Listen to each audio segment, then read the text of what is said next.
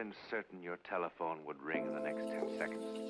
One of the top mentalists in the world. The one that you chose. What is happening? No, get out of my mind. Or have you ever walked down a strange street and had the feeling that you knew what lay beyond the unturned corner? All right, now talk to me about what we're going to be seeing tonight. Is it dangerous? Is it going to blow our minds? What is it? The amazing Wayne Hoffman is here.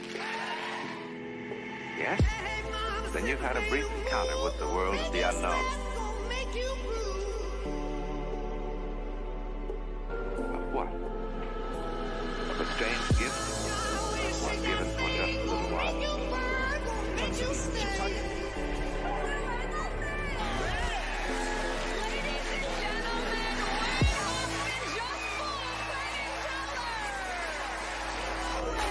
Right now, we're going to have you go on an imaginary journey.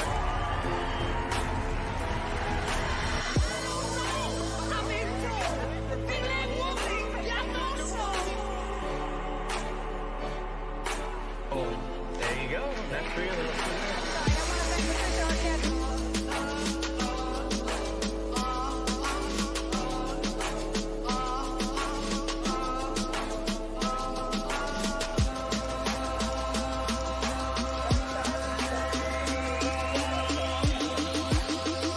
You are ready for the actual human experience to follow.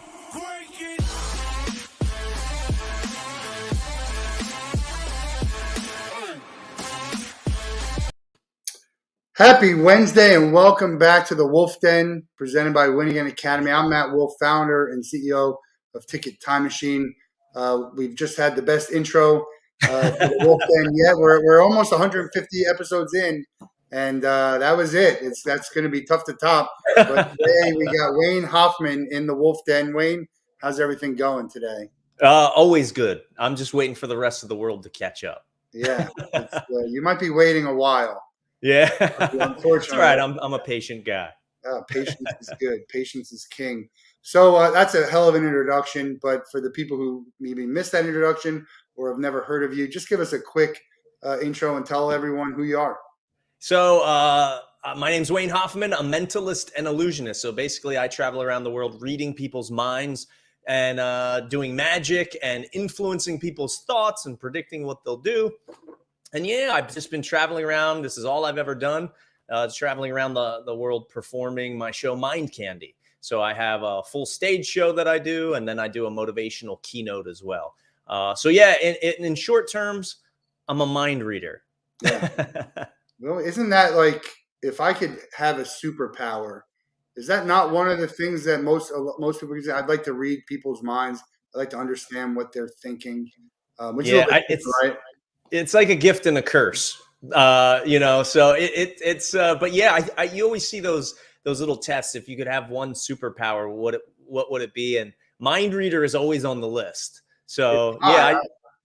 What would you pick? I mean, now I'm thinking mind reader's up there, but what would you pick? Man, that is a good question. Yeah, I guess I can't pick mind reader since I'm already here. Man, oh man. I don't know. Maybe the ability to time travel. That'd be wild.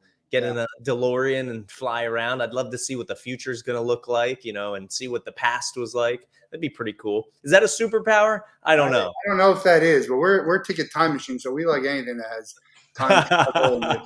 Yeah, you're welcome for the plug there. Yeah, man. don't tell anyone, but this is a flux capacitor. Oh yeah, you're right. It is. That's awesome. Yes. Oh, that's funny. Well, when did you start all of this? Because obviously you didn't start traveling the world. At what point did you know that this is something you can do? Well, my friend Doc showed up to the Under the Sea dance back in 1957. And I was struck by a lightning bolt near a clock tower. No, by the way, for those of you that don't know, that was a Back to the Future reference. No, so I got started performing when I was a kid. I did it as a hobby. There was a magic shop called the Mingus Magic Shop in my hometown of Reading, Pennsylvania, which the magic shop is still there, as a matter of fact. And went in and started learning tricks and just never stopped. And then later I studied psychology at a university and kind of blended the science of the mind with the sleight of hand and illusions that I was learning. But yeah, I was probably about 10 when I first walked into that magic shop. And I had interest in tricks and magic for a couple years just prior to that as well. What type of magic were you interested in when you first started? What was like stuff that blew your mind? Well, growing up, I think in every generation, there's always a magician on mainstream television and media. And growing up watching David Copperfield, you would see these big productions with people vanishing and appearing. And so that was, as a child, you're watching this stuff and your mind is blown. So I think seeing that type of stuff was always intriguing. But when I first started, and even to this day, when I see close-up sleight of hand and illusion, even if it's mentalism or mind reading, but that close-up kind of one-on-one thing, I think is super powerful. And anybody that's had a magic trick or, had an experience like a mind reading experience one-on-one, it's way more powerful than if you're in section 134, seat D, row 118. It's just different. So, yeah, I think the close-up one-on-one stuff is really super powerful. I took my wife to Vegas for her 40th, and we went and saw David Copperfield. Was my first time, and just an incredible show. I mean, for him to be doing it for so long and always coming up with new stuff. We also watched AGT a little bit, and I'd like for you to talk about your AGT experience and other types of experience like that. For my money, Shin Lim was the best that I've ever seen on these shows. It's just incredible what he does. How about you? Yeah, Shin Lim's awesome. I mean, there's so many guys in the magic scene that are really, really, really good. And you know what's crazy? Half of the guys that are the best in the world, no one's ever heard of them. They've never been on television. You would never know their name from anybody else. If they walk down the street, you wouldn't recognize them. But they're some of the most incredible magicians on the planet. So, a lot of the guys that I admire, the general public doesn't really know about, or they're not really a household name. But if you look at, as far as mentalism goes, Darren Brown in the UK, if you don't know who he is, you can look at his stuff online. Absolutely mind-boggling. And there's another magician named Cyril Takayama from Japan who is incredible at what he does as well. So, yeah, if you want to go down a YouTube rabbit hole, you can check those guys out. We were also, have you ever, another AGT alum, John Dorenbos, who was a football player for the Philadelphia Eagles. I thought he was great too. Why do you think that they get less, I don't know what the right word is, they don't get as much celebrated on those shows as like someone who, because I think there's been some amazing performances on these shows and they kind of don't make it to the higher level. I'm thinking, how in the world do you think this person's singing, which there's millions of people out there who could sing great. It's not even a singing show also. And the magicians and the mentalists and the people like doing danger stuff don't get as much. Why do you think that is? I've done a lot of television. I'm very blessed. And so you get to see behind the scenes and you understand the process, without saying too much. Television shows are theater. They're productions. They're produced shows that, they want people to talk. So they're going to make twists and turns and they're going to position certain acts in certain ways to get the most bang for their buck, to get most. I mean, look, what are we doing right now? Yeah. We're talking about the acts and AGT, and that's exactly what they want. If you really look at it, a lot of magicians and mentalists have actually ended up in the finals of America's Got Talent, and a few have actually won the show. Shin Lim, Matt Franco, and so on and so forth. So I think there is room for magic. Music has always been kind of the forefront of entertainment for many people. If you're planning an event, most people's first instinct is, well, I got to have music. It's just kind of, it goes hand in hand with the concept of entertainment. Music is usually the first thing people think of. And then as you go down, the one-man band who rides a unicycle and juggles and spits fire is usually not the first thing you think of. No. And magic, is definitely somewhere in that spectrum. And I think it's up to the audience to decide. Some people love magic and others kind of look at it as a puzzle to figure out. So it depends on your perspective. Yeah, they want to know, how do I do it? Otherwise, it's like they get annoyed by it after a while. Right? Like Those are the people that think too much. Yeah, that's probably true. It's entertaining. I want you to perform for us. You'll be performing a few times throughout. But on the AGT talent type of thing, if you couldn't do being a mentalist and magician, give me one thing you would like to have done. It could be, I don't know, ventriloquist or something else that you've seen on there that you'd be like, you know what, that would be really cool to have a career doing. Yeah, I think it doesn't even need to be said. I think everybody wishes they could have an awesome singing voice and be a rock star. I mean, who wouldn't? If I had a natural singing talent and I was able to play the guitar and do that without having to do surgery on my vocal cords, I think that would be super cool. But man, oh man, when you watch any type of talent show, you just see so many incredible things. I mean, the break dancers and the people that are doing flips in the air, there's so many incredible, unique things. It's hard to really put my finger on just one, but breakdancing is coming to the Olympics, by the way. Is this true, or are you just making that up? No, breakdancing is coming to the Olympics. No That's way. where we're at in 2022. Wow, welcome to the future, folks. We have arrived. Breakdancing. I don't like the subjective type things. Like even watching gymnastics, in a competition, I want to be able to know who won and make it very obvious who won. So that's not conducive for reality TV, which is what they figure out. Let's have the audience. So that's fine. But it's funny, actually. I always think about this. If I could be a rock star, a movie star, TV star, or an athlete and be like the best in the world, I'm not sure what I would pick. There's days I would be any of them. That's a hard. Yeah, it's tough. It's a tough call. It's like, do you want to be the superior athlete? Do you want, what's your, it's tough. It would be cool to be able to do it all. And fortunately for some people, they can, it's like crazy. That's The Rock. I haven't heard The Rock sing, but I can't imagine he's probably okay. He's probably okay. Actually, he did sing in a Disney movie. What was that called? I forget the name of it. Moana. Yeah, he sings in Moana, and you know what?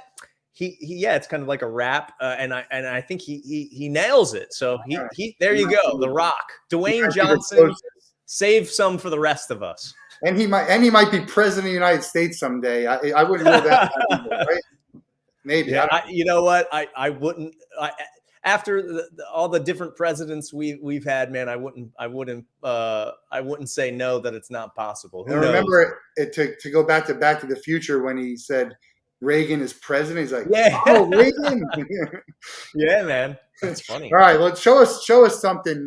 Give the audience a yeah, let's do it. So you know what? Let me dive right in, and I'll do one just for the audience, and Matt, you can kind of play along too. When I was I think it was 18, I went on a road trip with my friend to St. Louis. We drove from Pennsylvania. I think it was like 14 hours or something across the country to the St. Louis Arch. And while I was there, a street hustler came up to he and I and ended up taking my buddy's money. I refused to play. But I'm gonna. What's that? Was it 3-card Monty? You got it. Yeah, this is a classic. So I'll let you guys play along. And if you don't know the game, it involves 3 cards. So watch the 3 cards. There's the 3 of clubs, the ace of hearts, and the 2 of clubs. Your job, if you choose to accept it here, is it's simple. Just follow the ace right in the middle. Keep your eyes on that center card. It's very easy to keep track of. It's right in the middle. And I'll do everything in slow motion too, so that if you didn't have a Red Bull or a cup of coffee, you're not confused. So keep your eyes on the ace. And I'll even give you a little hint in case you're confused already. All right. So keep track of the ace. Now at this point, the guys would mix up the cards on a table. They would kind of move them around. I'm going to skip that part. So right now, place a mental bet of where the ace is, and think about how much you'd be willing to bet on the street. If a guy came up to you and did this, would you bet $20, $100, $50, your life savings, right? Well, place that mental bet now.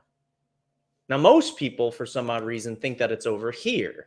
And I haven't figured out why, because the ace was over there.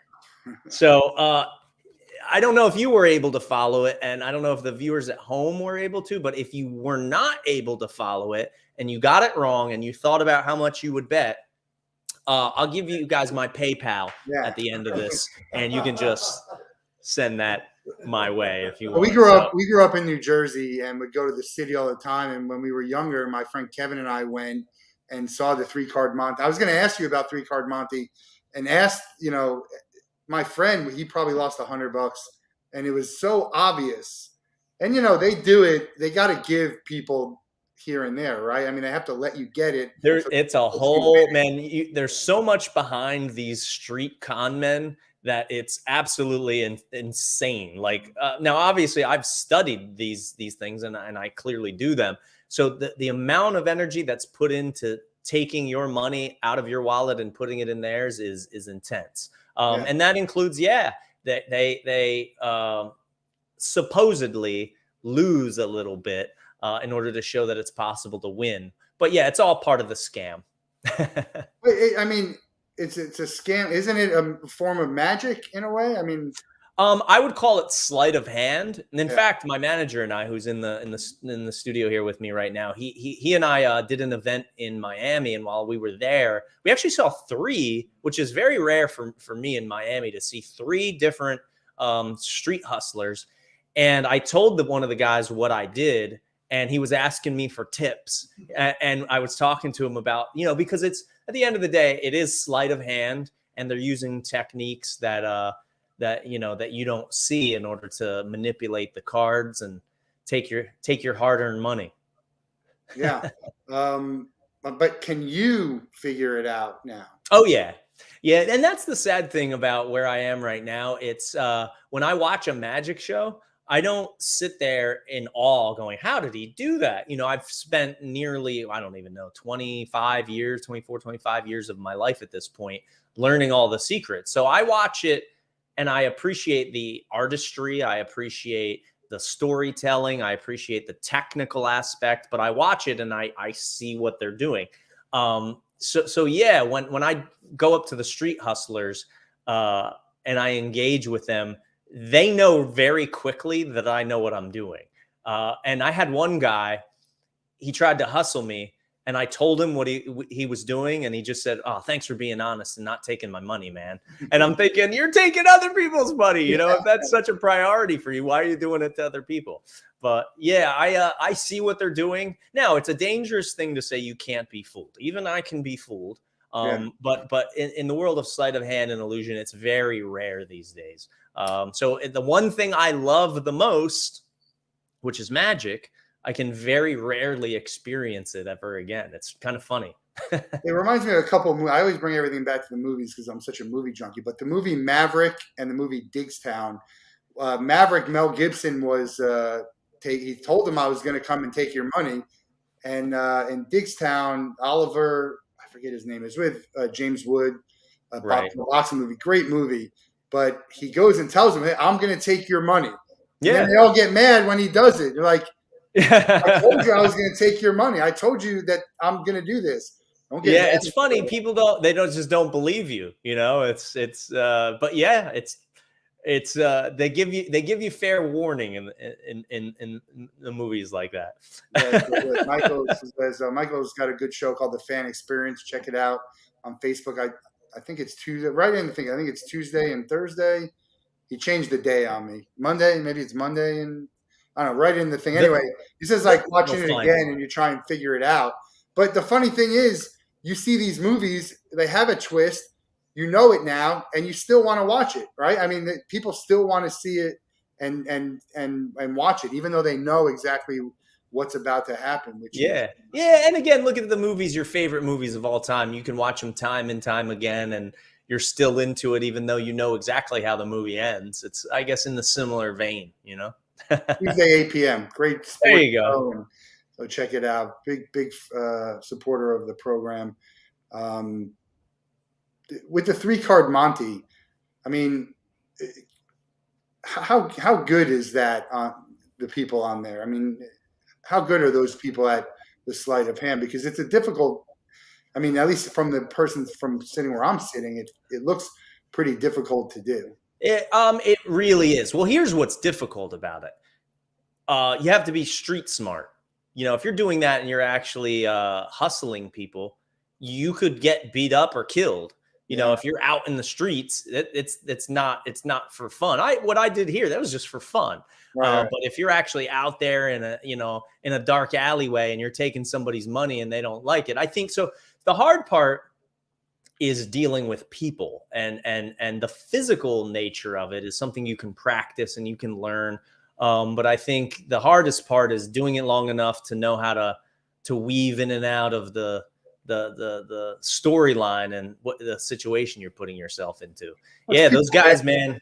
Whew, It's putting people their necks betting out, money man. they don't have, right? These people are betting money they don't have, thinking they're going to get it. But it's showmanship. It's stage presence. I mean, that's what magic and all of that is, because there's some great magicians out there who kind of, you're like, I don't want to see this guy. It's cool what he's doing, but it needs to be a show, which is, Right. it's a little unfortunate that it needs to be a show because, if you have it's very hard. It's not that easy to just get on stage and be, entertaining. Forget about or just get on stage and make this entertaining, which is what you've seen the big names are able to do. And that's why they have a show in Vegas. And that's why, they go on shows and the stuff that you do where you can travel around. Because there's a ton of people who can do magic. There's not a ton of people who can have a magic show. Yeah, you nailed it. I mean, there's a difference between someone who does tricks and a magician.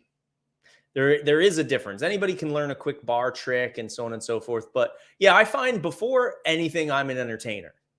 And they say, there's a great saying. They said, a great magician can go on a stage and entertain an audience without doing a single trick. And that's what it's all about. I think, having a good storyline and having a reason to show a person a trick is important. It's the why you're doing it. For example, just the card thing that I just did. I told you the story of what actually happened to me, how I went to St. Louis and I was approached by the street hustle. I didn't just go, here's 3 cards. Yeah. Here's the ace. And no, you're wrong. You can't follow, that's the difference. So yeah, obviously that was, my version here of doing that was just a quick short story, but I think it's important. And yeah, some of the best magicians and entertainers, generally speaking, will have more than just their skill set. Anybody can play the guitar, but to form a band and become, the Rolling Stones, for example, is not something that's just going to happen easily. Yeah, well, I always love to do movies. I have some really favorite magic movies, like The Illusionist with Ed Norton and The Prestige with Hugh Jackman, and then you got Now You See Me, right? And they did a couple of those. Do you have any movies that are around magic that you really love? Yeah, I mean, you nailed the 3 franchises out of the gate. So I could list all of those. One, there's an old movie, if you like classic kind of wild, not from this era movies. There's a movie with Vincent Price. I believe it's 1954, if I'm not mistaken, called The Mad Magician. And it's old and it's in black and white, but it's a super cool movie and you can find it.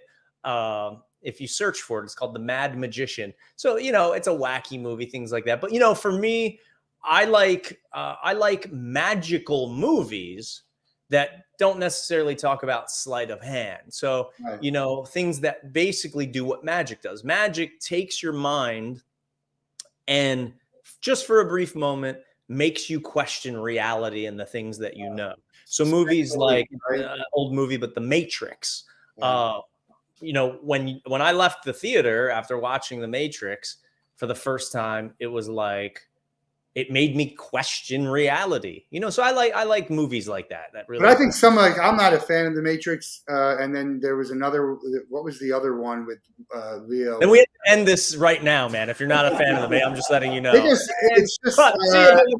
I feel like they try too hard sometimes to make that like a little bit, suspending belief. What was the other one that was really Tenet? It was Tenet, or the one with the in the hallway. There's a bunch of them. I mean, I don't know which one you're referring to. There's there's Inception, which is another Inception, kind that of, was it. Yeah. that's the one you were talking about. Okay, So, yeah. well, speaking of Vincent Price, because you just mentioned him, I saw a crazy thing on tweet. When they asked him to do the Thriller voiceover, they offered him a percentage of the gross or a $20,000 payment, and he took the $20,000 payment. Oh man. Well, I don't think you win some, you lose some. In I don't think hindsight, that's a terrible decision. Oh my God, it's one of the worst. You have, I mean, you hear that stories like that often. Yeah, but man, that's the name of the game in the entertainment industry. You're presented with options, and you gotta choose one and hope for the best. If you're not in the entertainment industry, you can't possibly understand. They always want you to take the money. They don't want you to take the percentage. Yeah, and again, you never know, because some movies and some songs are a complete flop, and some of them just go through the roof and enter a different stratosphere. Thriller being one of them. I would have hitched anything on Michael Jackson. I mean, to me, he's an all-time entertainer. Let's get another. Show us some more of what you got.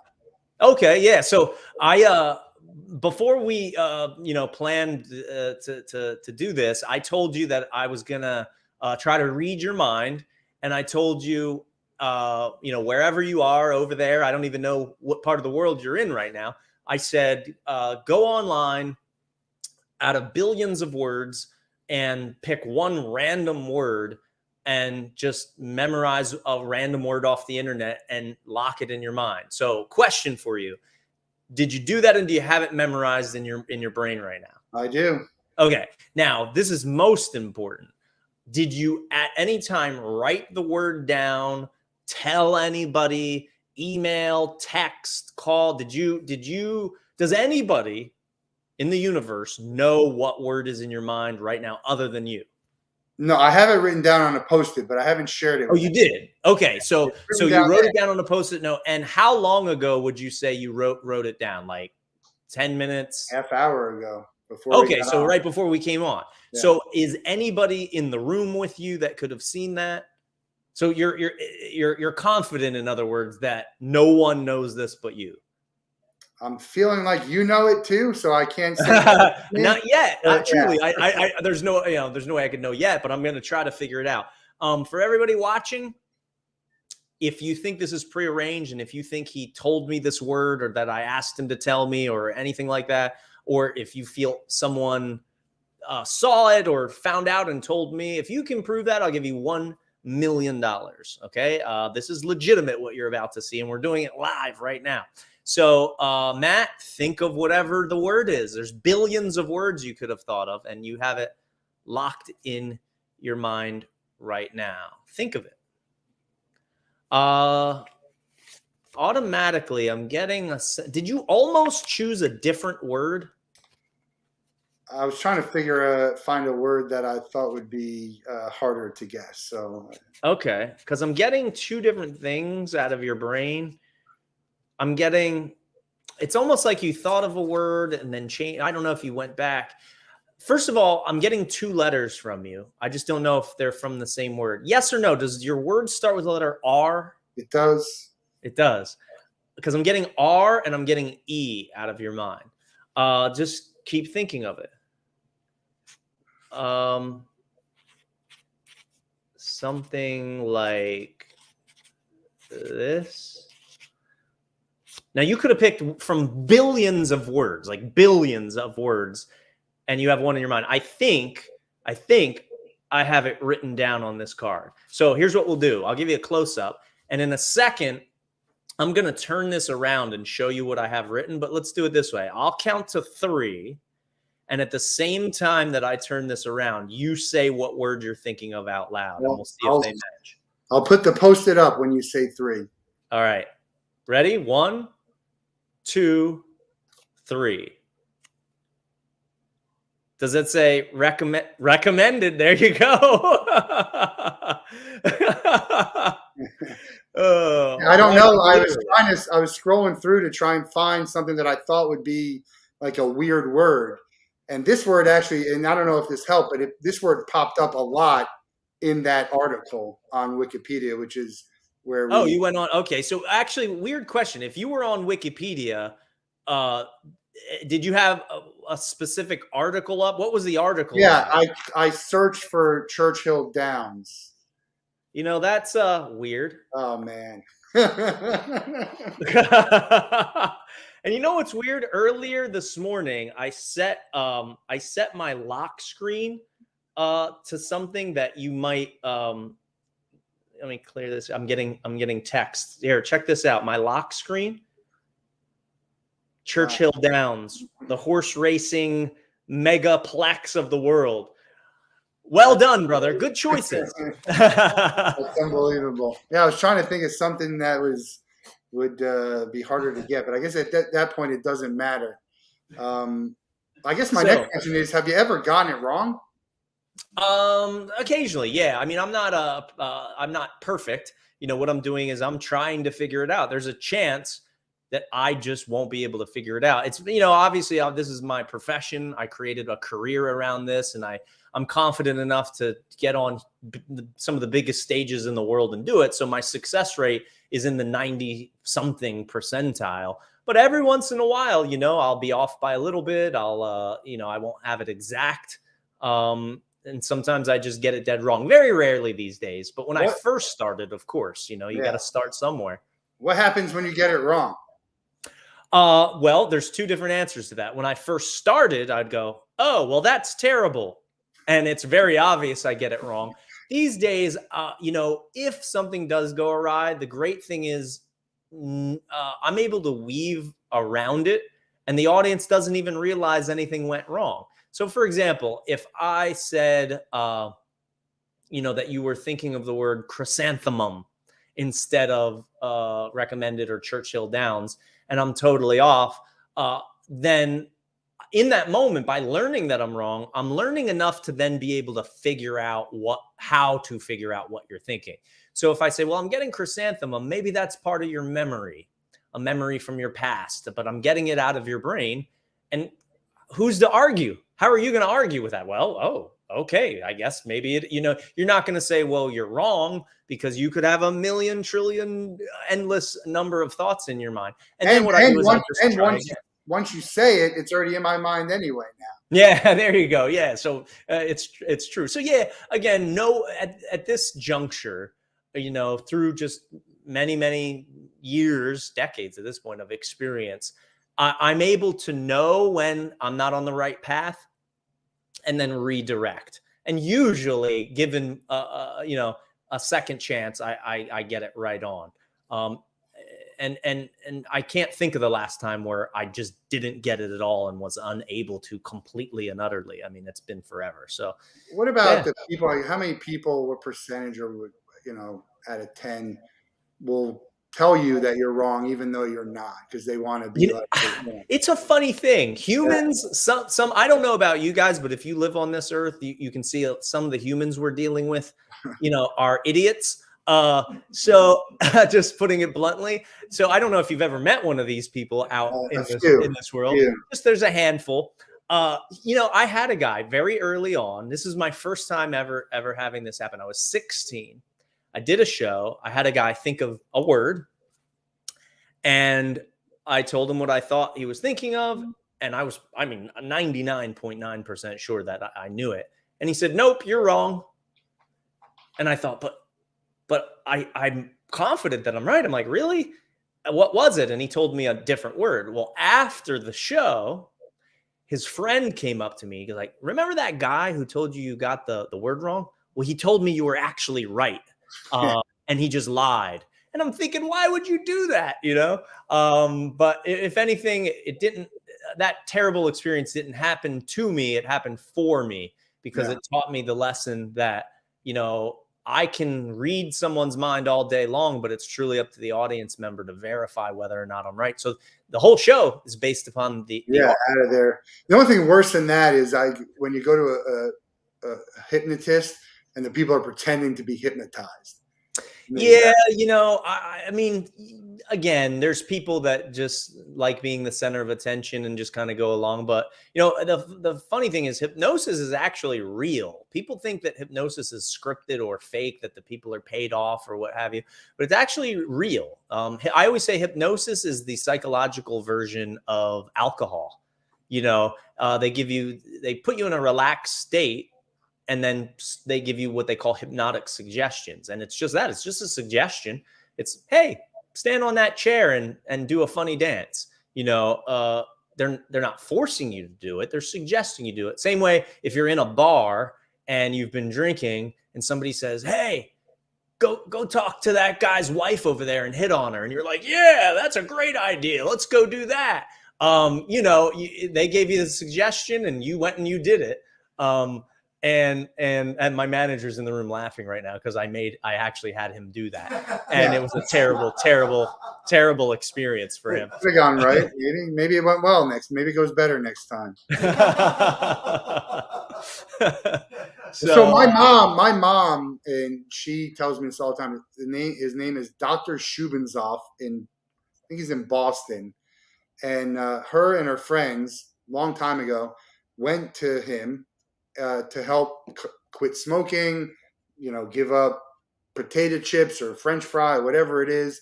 And so that's essentially what it is. And you kind of just throw in different suggestions in there.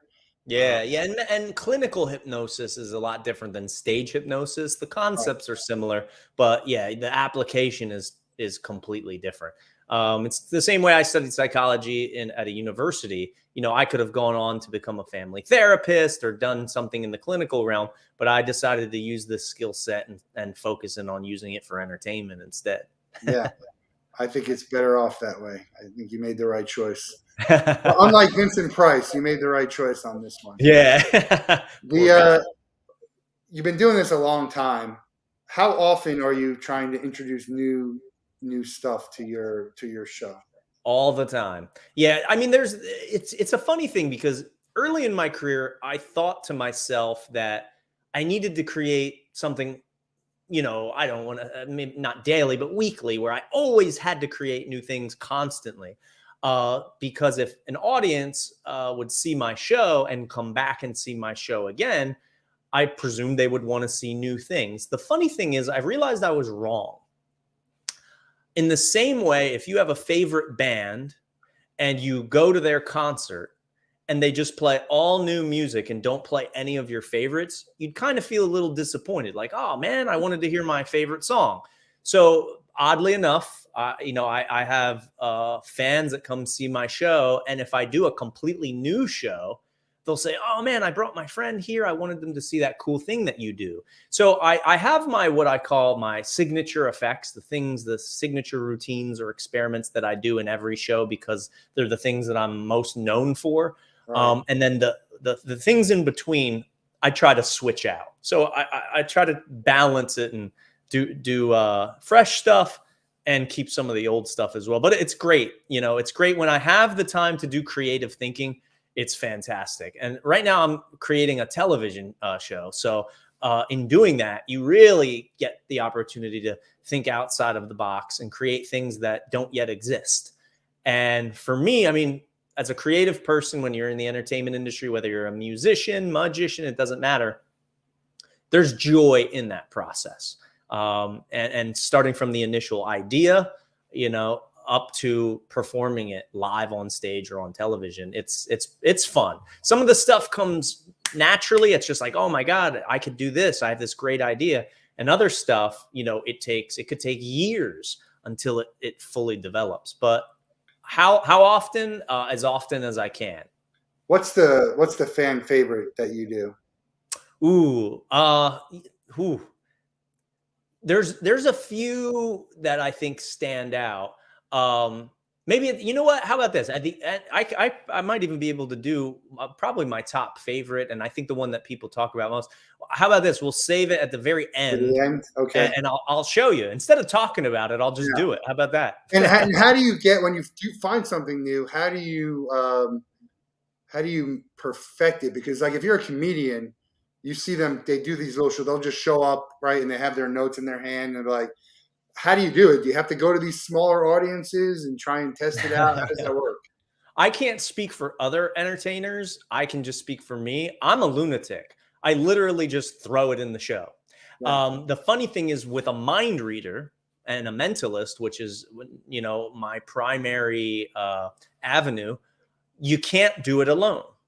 As a mind reader, I can't sit in a room in front of a mirror and practice because I can't read my own mind. So I need people to interact with. It's not like a guitarist can sit there and play the guitar Right. alone. I need another human. So at this point in my career, I like to think I don't know if it's reckless, fearless, or courageous, but I just literally go on stage and I go, ladies and gentlemen, I have something absolutely brand new.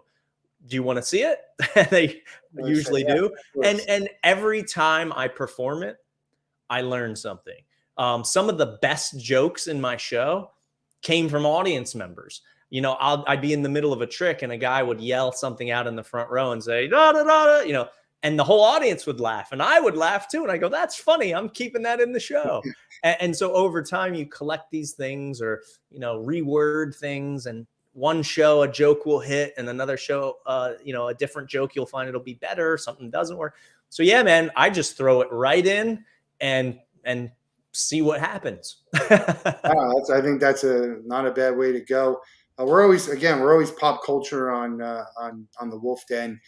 Two of my favorite shows, The Mentalist and Psych. Are you aware of those? I mean, some great shows, but what they're really doing is like, they're not mentalists. They're just observant and intelligent. And is that connected a lot? Yeah, no, it's the show is a show. Okay. And like I mentioned earlier, now television is television. A lot of it's scripted and it's creative and so on. But for instance, The Mentalist, a lot of those things were valid points. They did their research and you can tell they spent time in developing these concepts and ideas and some of the theories. And so it's based on reality with creative license.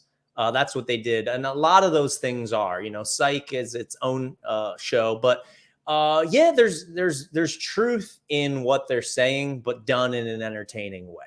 I don't think that it plays out exactly how they show it, as you can imagine.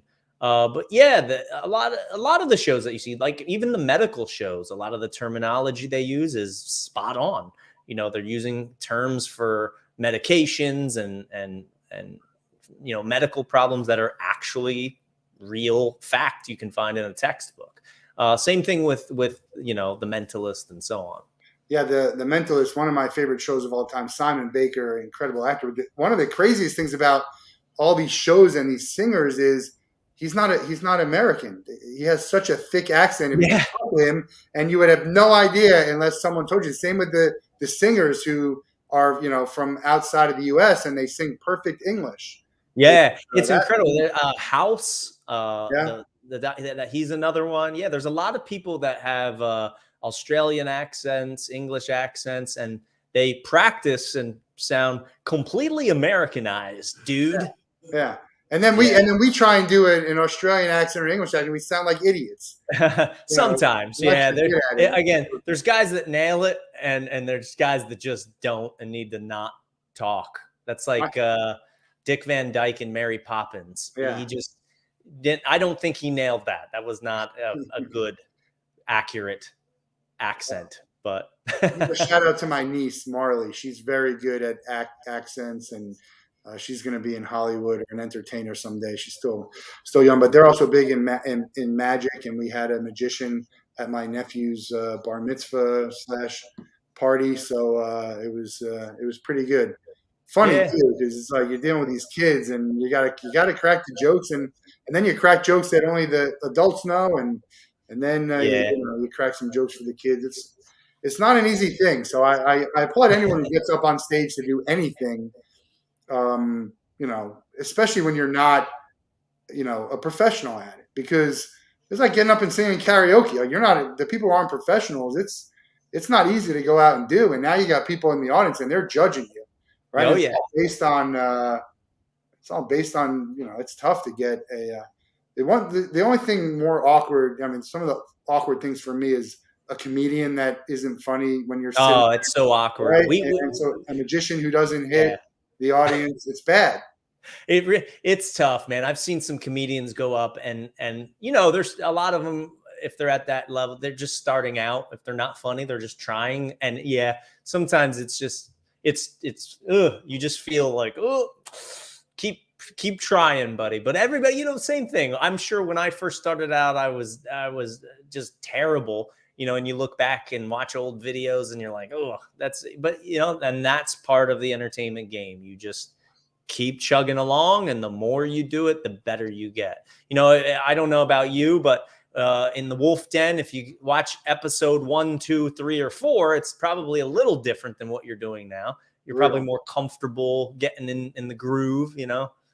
I mean, we're totally unscripted here. So the other day I was like, you know, my guest said something. I had 6 things in my mind I wanted to talk, and you could see me racking my brain trying to figure out where to go. And there was like maybe 6 to 8 seconds of me trying to think of to go with this. So we're 150 in, and I don't know if we're definitely much better than we used to be. Yeah. The production value is better than it used to be too. Yeah, see what I mean? Everything gets better over time. It's like you're like a fine wine, Matt. Yeah. You get better with time and age. Where do you think you've I'm not to say you plateaued, but where do you think like you went like this in your town and now you've kind of leveled off a little bit?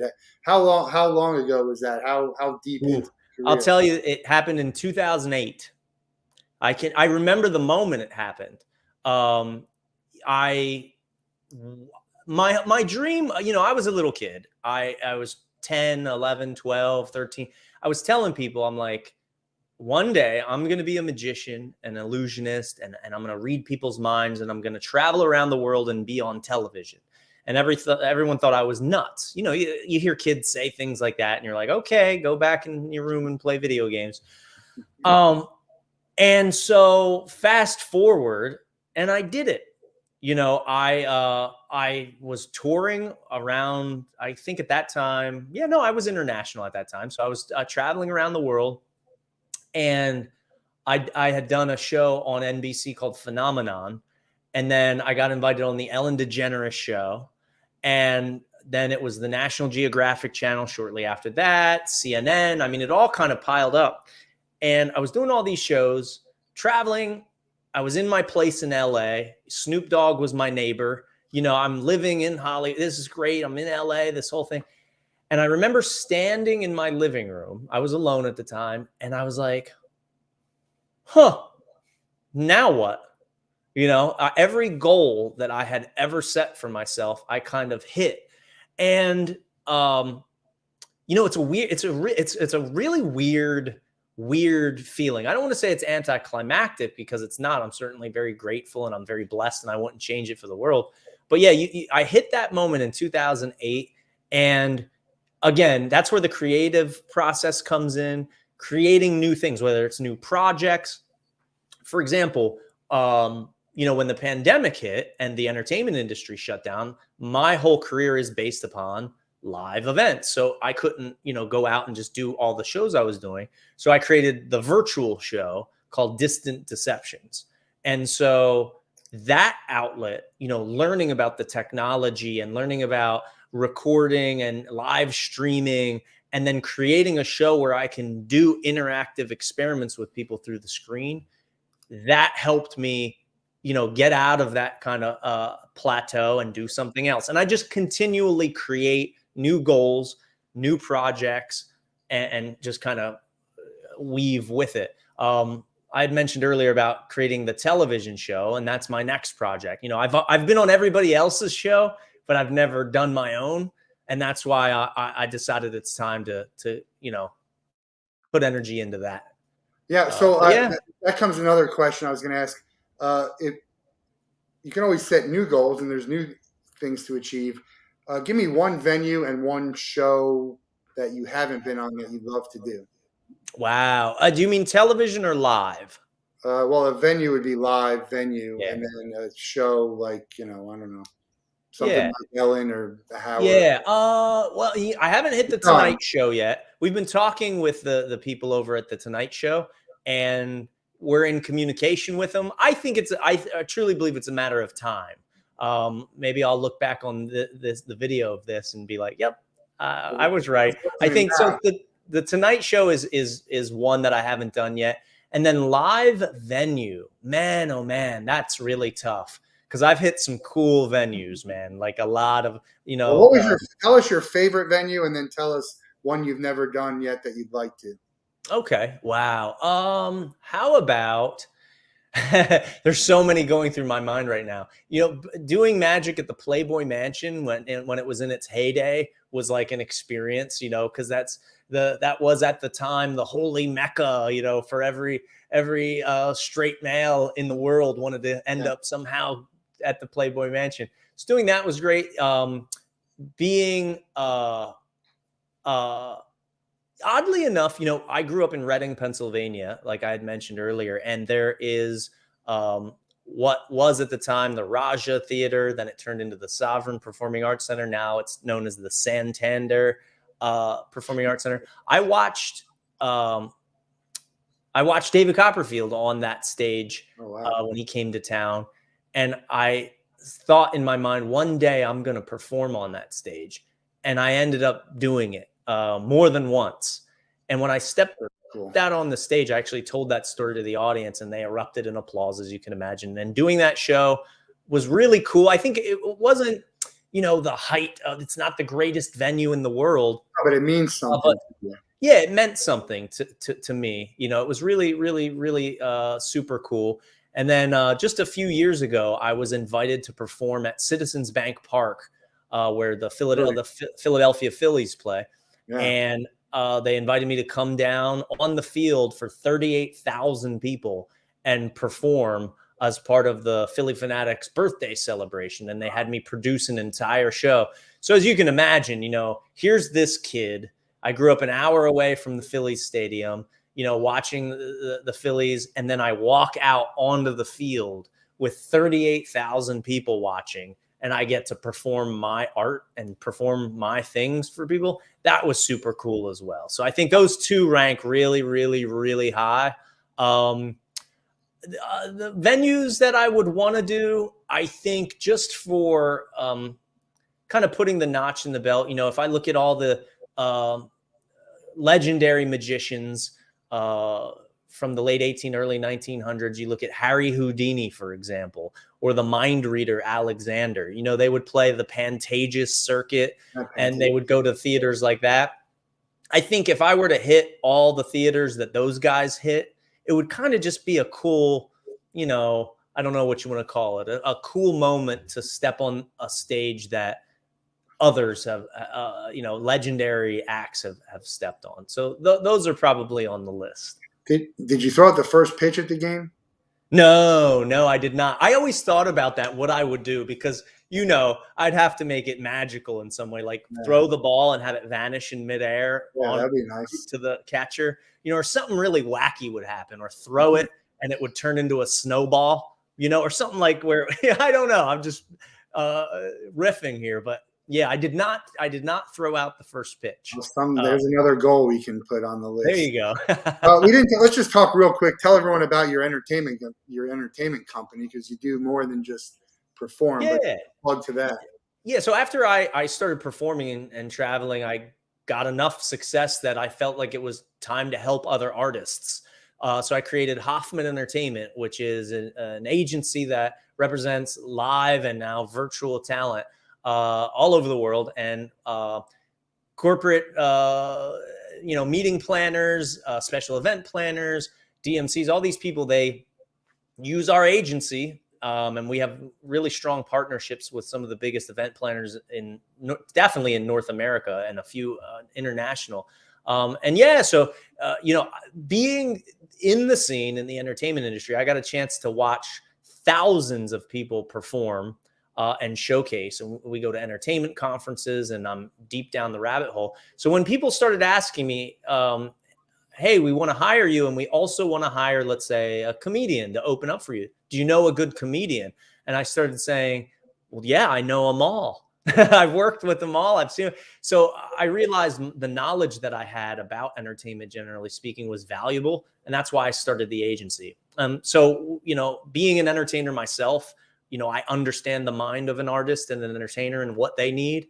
And then working for so many great planners, I learned what they want as well. So I was able to make both people happy. And now I have a great team. It's not just me. I have a great team. Hector, who's in the room, Tori, they spearhead the operation. And we book entertainment for events. So if you don't want a mentalist or an illusionist, if you want something different, like a comedian or a band or something really unique, we created this collaborative agency to help kind of take your vision of your event and the entertainment and bring it to life. And it's ilovehoffman.com. Was Hoffman Entertainment was already taken, so you did I Love Hoffman, or you just? Yeah, it was not available. Someone's parked in it, so I made a website that people are going to remember. Yeah, I think it's all that's a smart move. Give me a Mount Rushmore of magicians, illusionists. Wow, that's a good one. Ooh, that's tough. That's really tough, man, because there's a lot. My own personal, yeah, my own personal, I would put up there. I mean, Houdini, just because he turned himself into a verb. If someone pulls a Houdini, that means they escaped. So when you're a verb, you got to be on Mount Rushmore of magic. So Houdini certainly, lays claim to that. I've turned Wolff into a verb. It's not a good one, but my friend. Well, hey, it's a verb is a verb is a verb. Yeah. So you can make your own Mount Rushmore and put yourself in there. I think Houdini's definitely in there. I would say, people when they think of a mind reader, oftentimes the images of a guy in a turban reading people's minds. Back many decades ago, Johnny Carson had a character called Karnak, where he would read, have envelopes and predict the future. And you see the Zoltar machine at fairs, the guy with the turban. People don't realize where that came from and why that's in our society and our culture. In the late 1800s, early 1900s, Alexander was the huge mind reader on the scene. He did magic, but also focused in on mind reading. And he was so successful, he made more money in his career in the early 1900s than the Beatles did. If you can imagine, that's how much money he was making in the early 1900s, making millions and millions of dollars, wildly successful. So I think to permeate culture like that and have, the clothes you wear become an iconic part of the concept of mind reading and magic and mystery. Alexander's got to go on the Mount Rushmore. I think Copperfield, I mentioned him now twice at least. He just, again, from my era growing up watching him, he certainly has to take his place up there.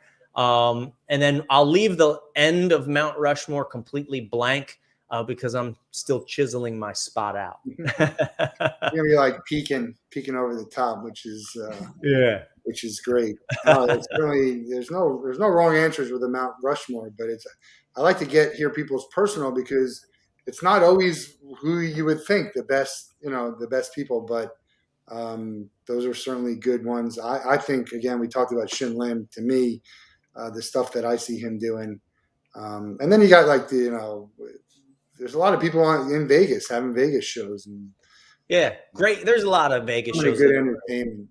So many good entertainers. We're going to have you perform one last trick. You said you'll do the fan favorite one. So I say we'll get you out of here with the last question that we get every other guest on, but then we're going to have you perform one last piece for us. But if you could spend a day with anyone in the world, 24 hours, they have to be alive, and you can't be related to them, who are you picking? And what would you like to do? We've done some outreach. Someone picked Ellen. We've reached out to the Ellen Show. We've reached out to a number of different shows, people, and just all around the world. We've had some outrageous answers. We've had some very doable answers. And then you have some answers that, everyone's picking. So you got 24 hours a day to spend with someone, anyone in the world. Who's it going to be? And what would you guys do? And we're going to do some outreach for all of our guests. Wow. This is a really, really fantastic question. It really is, because it could, there's so many arenas of life that we, kind of we think are cool, like who's the cool person or the celebrity that I would want to meet or so on and so forth. But, there's other areas of life that, I think are just as important. Man, you know what? Ooh, yeah. I have to pick one, just one. I mean, I'd love to just hang out with the Queen of England and see what her life is like, because that's weird. Like, you grew up your whole life being like you with gold, and you sit in a chair and people carry you around. In my mind, that's what's going on. What is her real experience like? I would love to pick her brain. I think in technology and media, I mean, if you go that route, I think if you look at guys like Elon Musk, who is, I think, a good businessman. His companies are, publicly, Tesla's publicly traded, and he's changing the world. We have electric cars and all the things he's creating, and the different industries. I think he's just a wacky guy, and I think he would be cool to hang out with and pick his brain for business. So I'm trying to, if I had to pick one, would I pick? Well, I can tell you, no one's chosen the Queen Elizabeth. We're not going to be able to. We have had someone choose Elon Musk, so if that's yours, maybe we'll get a big party with everyone who chooses people. I'm actually going to go back and look. I think Barack Obama is the number one answer that most people have. And again, we've had almost 150 of these. Wow. But pick one and let's get them on the list, and then we'll let you show us some more stuff. Let's do Elon Musk. Let's go with him. I think he's more easily accessible than the Queen of England.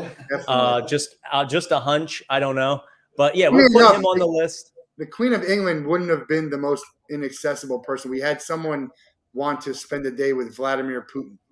Oh wow, good point. Yeah, I'm not going to be able to make that happen. That's a little bit more difficult. Elon Musk is on the list, so give us a final taste of a fan favorite, and you got it. And this is my favorite for a reason, because I get to really share kind of a concept and a story of why I do what I do. After all of this being said, it boils down to one simple thing, and that is, we are all still the same people as adults as we were as children.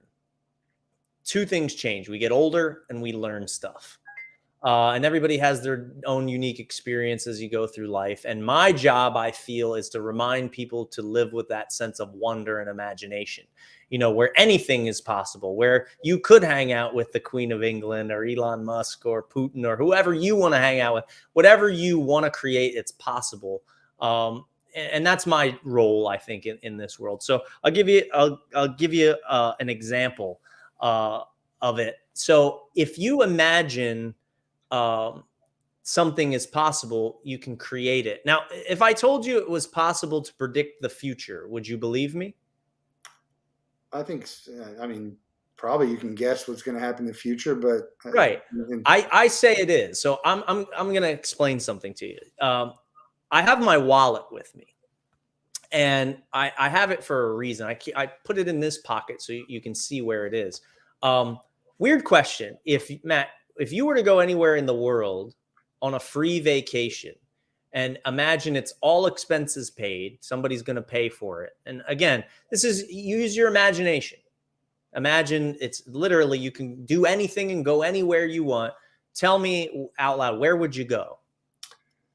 Man, probably like Thailand, I think. Thailand, great choice. It's actually one of my favorite places in the world. It's beautiful. The people are nice. So you're in Thailand, you're hanging out, and you go to a hotel. Again, use the imagination as a child. Actually see it. Imagine you're there. And you go in, and on the door is your hotel room number on the little plaque. Visualize it, and I want you to tell me, what's the room number you're staying in Thailand? Well, number 3 is my favorite / lucky number, so room number 3. Okay, 3. Now, most people, statistically, if you say hotel room number, subconsciously, they automatically want to go to a 3-digit number. You totally got rid of that. You picked 3 instead of a 3-digit number. But there's no way that I could have known that you were going to say that, and we didn't prearrange this, but check this out. Before the show started and before I came on, I wrote something down, and I actually put it in my wallet. as a prediction of what I believed was going to happen. And it just shows you the power of imagination. Here, let's give you a close-up shot of this. Check this out. In my wallet here, behind my driver's license, there is this piece of paper here. And I wrote this. It's in the little plastic window.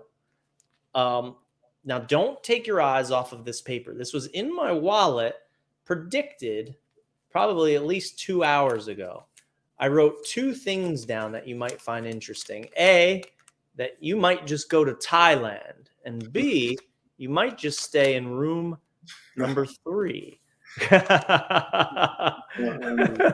So, yeah, the imaginary journey, that's one of my favorite things of all time. And when it works like that, it's kind of That's really unbelievable. Now, I guess I didn't ask this, but like not everyone can do that. There's magic tricks that anyone can do, right? I can teach you how to do it, but not anyone can do this type of stuff, which makes you. I mean, what percentage of people in the world can do something like that? Less than 1%, right? You know, I always like to say, instead of me saying I'm a magician or a mentalist and you're not, I always like to say, I'm a magician and a mentalist, and you can be one too. I think the real thing is, just like anything, you have to dedicate time and you really have to dedicate your life to doing it. I truly believe that anybody can do what I do if you practice and you learn and you're really dedicated.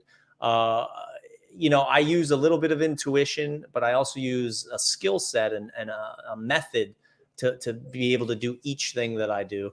But yeah, I don't think anybody's going to be able to easily do something like that overnight. Certainly not.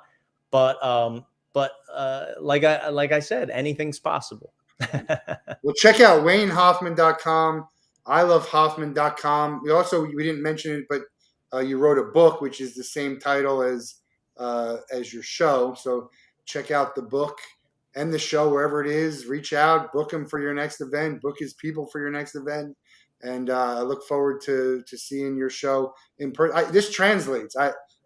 Being in person, there's nothing like it. But you watch a show like this, I don't know if I'm any less mesmerized by seeing you do this than I would if I'm sitting right there in the audience. So really appreciate your time today, and look forward to seeing you again soon. Cool. Thanks, brother. I appreciate you having me on, and thanks for watching, everybody.